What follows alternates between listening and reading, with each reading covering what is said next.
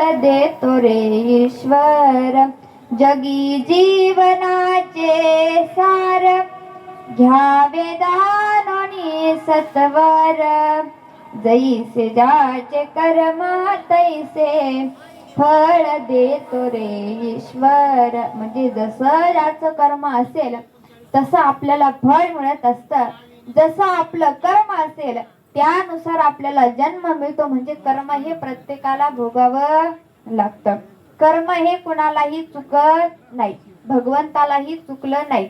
एक दिवस आपल्याला भगवंत माफ करेल, परंतु आपलं कर्म नाही, कारण कर्म हे कुणालाही सोडत नाही. म्हणून कर्म हे प्रत्येकाला भोगावं लागतं आणि त्या कर्मानुसार आपल्याला पुढचा जन्म मिळत असतो.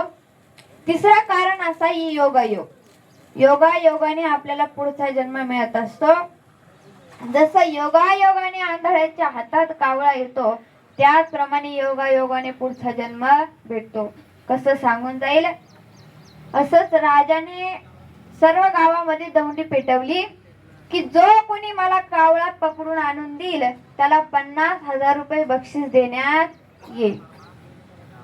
आता संपूर्ण गावात दौंडी पेटवली. ती दौंडी एका आंधळ्यानं ऐकली, परंतु आंधळ असल्यामुळे तो काय कावळा पकडू शकत नव्हता. परंतु तो नदीमध्ये गेला. गेल्याच्या नंतर त्याने टाळी वाजवली आणि त्याच्या हातात कावळा आला.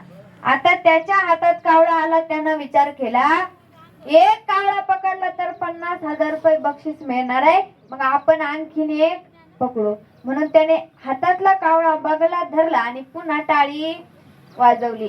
पुन्हा तर कावळा टाळीत आला नाही, परंतु जो बगलात होता तो सुद्धा उडून गेला. असो मला सांगायचं काय तर योगायोगानं आंधळ्याच्या हातात जसा कावळा येतो तसं योगायोगानं आपल्याला जन्म भेटत असतो. तिसरं कारण आहे वासना. त्याच्यानंतरचं कारण वासना आहे. जन्माच्या मरणाच्या वेळी जशी वासना असते तसाच पुढचा जन्म मिळत असतो. जड भरत राजाचं उदाहरण सर्वांना माहिती आहे. तो एका हरणीचा सांभाळ करत होता.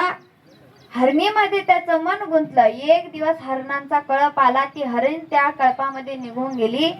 परंतु